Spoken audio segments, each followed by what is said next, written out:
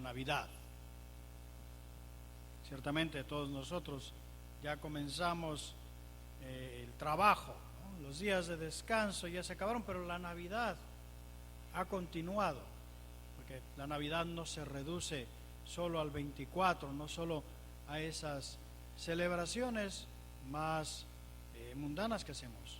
Es un periodo de la liturgia, un periodo que nos invita a meditar la palabra de Dios, a ver esos eventos, que en realidad, si se fijan, son pocos los que el Evangelio nos refiere, pero a contemplarlos desde diversas perspectivas. ¿Por qué? Porque es un misterio inmenso, imposible de agotar. ¿Qué es lo que hemos ido viendo en estos días de Navidad? Ciertamente lo podemos resumir en la palabra de la fiesta del 6 de enero, la Epifanía. Epifanía, ustedes saben, significa manifestación. Manifestación de quién, o mejor, de quién, no de qué, de quién. Solo lo podemos entender si tenemos en cuenta un poco la historia. Por siglos, Dios había hablado ya a los seres humanos a través de sus obras, a través de la creación, pero específicamente a los judíos a través de los profetas, de los patriarcas, a través de las obras que había hecho para liberarlos de Egipto. Pero la Biblia bien había dicho que a Dios realmente nadie lo había visto. De hecho, por eso la Biblia prohibía hacer imágenes de Dios, porque nadie lo había visto. Hasta que llega Jesús. En Jesús, Dios, ese Dios que se conocía de una manera un poco borrosa, Dios se hace manifiesto. Ya no es un Dios que está en el cielo y que sabemos que está en todas partes y actúa, pero al que no hemos visto. Se vuelve alguien que se puede ver, tocar, escuchar, como San Juan nos recuerda. Ese es el gran misterio. Dios se hace evidente, manifiesto, claro, presente de una manera como no lo había sido antes. Y eso es lo que hemos ido viendo en estos días pasados. El nacimiento de este niño en Belén y los pocos testigos de ese nacimiento, María, José y después los pastores.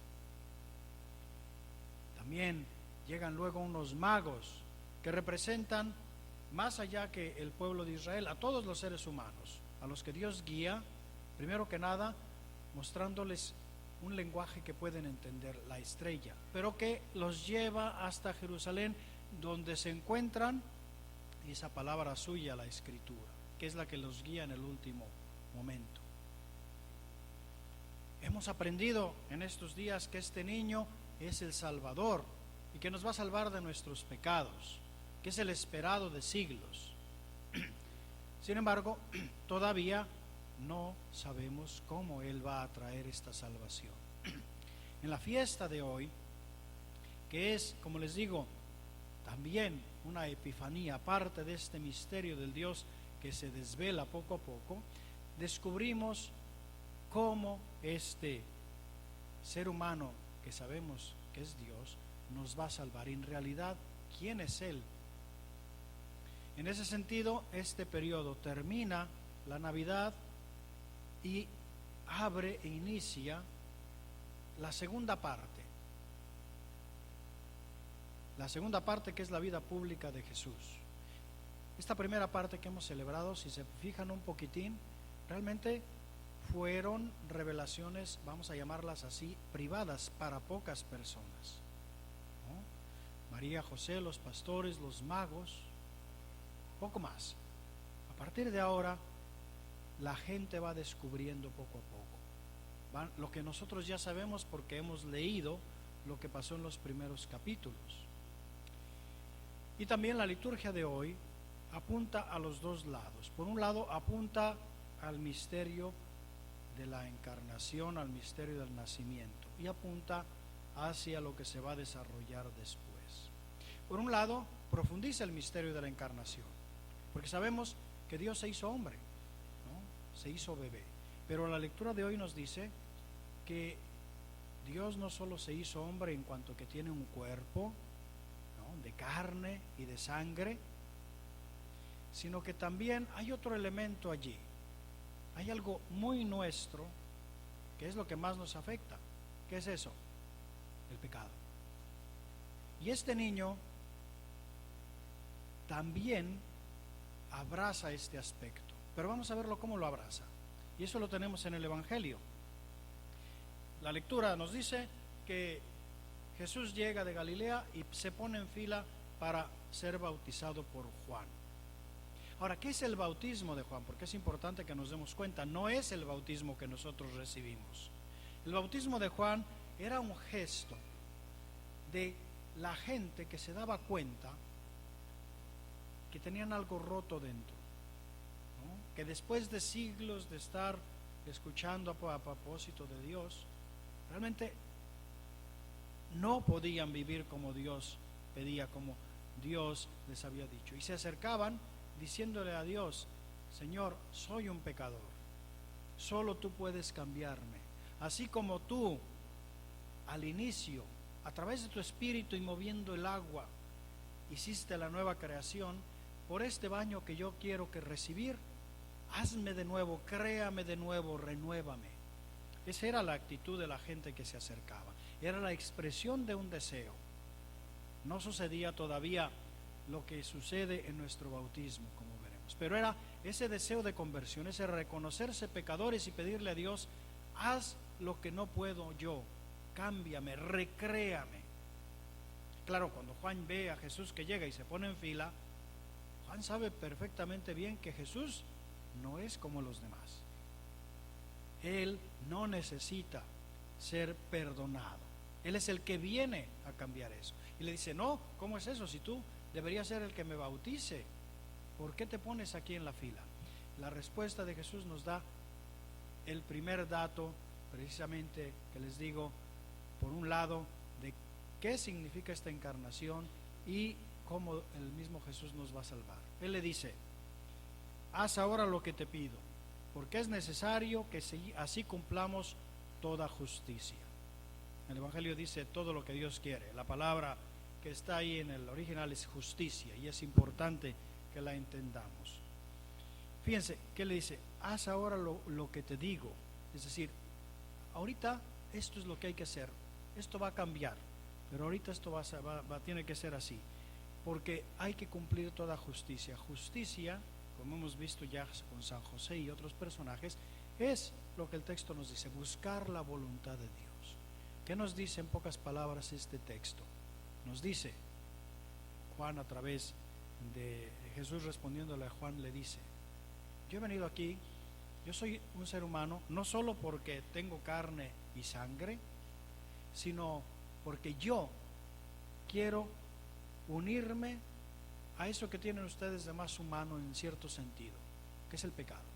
Yo no soy pecador, pero es importante, es necesario. Mi Padre quiere que yo camine con ustedes y yo lo quiero. Mi Padre quiere que comparta con ustedes las consecuencias de todo y yo lo quiero.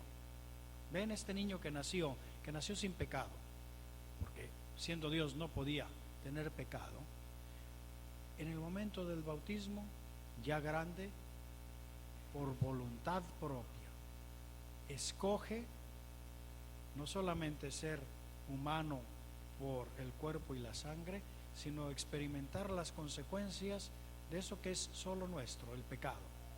Las consecuencias, no el pecado mismo, porque Él no es pecador. ¿Y por qué lo hace? Lo hace por nosotros, porque quiere realmente experimentar lo que significa ser humano hasta el fondo, y lo hace por su Padre, porque su Padre es lo que quiere, porque su Padre lo quiere. ¿Y por qué su Padre lo quiere? Ahora lo vamos a ver, pero ahí comienza todo. Y fíjense que justo después de que Jesús hace esa decisión de bajarse hasta ser confundido con los pecadores, es cuando Dios le dice: este es mi Hijo amado en el que tengo mis complacencias. No es en el momento en el que Jesús hace un grande milagro, no es en el momento en el que Jesús predica muy bonito, es en el momento en que Jesús se hace solidario hasta el extremo con sus hermanos y hermanas que somos nosotros. Es entonces cuando Dios le dice: este es mi Hijo amado. Y eso es bien importante, Vemos que al salir Jesús del agua, después de que había sido bautizado, dice que se abrieron los cielos. ¿Por qué? Porque hasta ese momento estaban cerrados. Nosotros los habíamos cerrado. Y Jesús ve al Espíritu Santo y oye una voz. En este momento es solo Jesús. Los demás todavía no. Más adelante los discípulos van a oír la misma voz. Y al final del Evangelio todas las gentes van a poder acceder a eso. De momento es solo Jesús que recibe esta confirmación. ¿Se acuerdan que les dije que el pueblo que se acercaba como pecador a decirle al Señor: con este baño quiero que tú hagas conmigo lo que hiciste el día de la creación? Aquí lo tenemos, el Espíritu Santo que se mueve en las aguas y que nos dice: lo que Jesús está haciendo es una nueva creación, haciendo algo completamente nuevo. Y oye la voz, esa frase fundamental: este es mi Hijo muy amado, en quien tengo mis complacencias. Esta frase para un judío de aquel tiempo era una frase importante. ¿Por qué? Porque por un lado le hubiera recordado que Dios ya había tenido una serie de hijos, ¿no?, que le salieron liebres, como dice, ¿no? Adán fue el primero. ¿Y qué pasó? Ya sabemos. Él intentó de nuevo con Noé, igual. Luego con Abraham e Israel. Israel, el pueblo, es su hijo. De Egipto llamé a mi hijo, dice el profeta Oseas. De ninguno de esos Dios ha podido decir: este es mi Hijo amado en el que tengo mis complacencias. ¿Por qué? Porque todos ellos a la hora de la hora no estuvieron a la altura. Pero al mismo tiempo un judío hubiera recordado precisamente el texto de Isaías que escuchamos.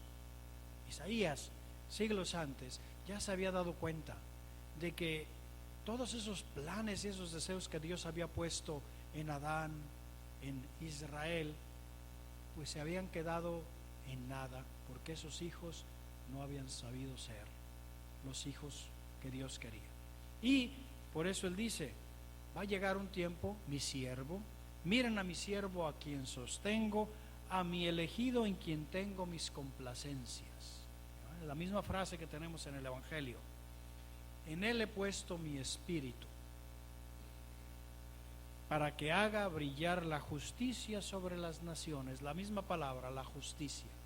Acuérdense, justicia aquí significa no cumplir las leyes, sino buscar la voluntad de Dios. ¿Qué nos está diciendo el Evangelio y este texto? Que Jesús es este Hijo auténtico, verdadero, que está esperando desde siglos, el que no han sido capaces de ser todos los demás hijos que Dios tiene, nosotros incluidos. ¿Y por qué Él sí es el Hijo verdadero? Primero que nada, porque a diferencia de los otros hijos, Él sí busca hacer la justicia, traer la justicia, cumplir la voluntad de su Padre, ¿no? ¿Y cómo lo va a hacer? Nos dice el texto: para que, dice, no gritará, no clamará, no hará oír su voz por las calles. Es decir, no lo va a traer con griterío, con violencia. No, lo va a traer con humildad, con mansedumbre. ¿Y eso se va a manifestar en qué? No romperá la caña resquebrajada, ni apagará la mecha que aún humea.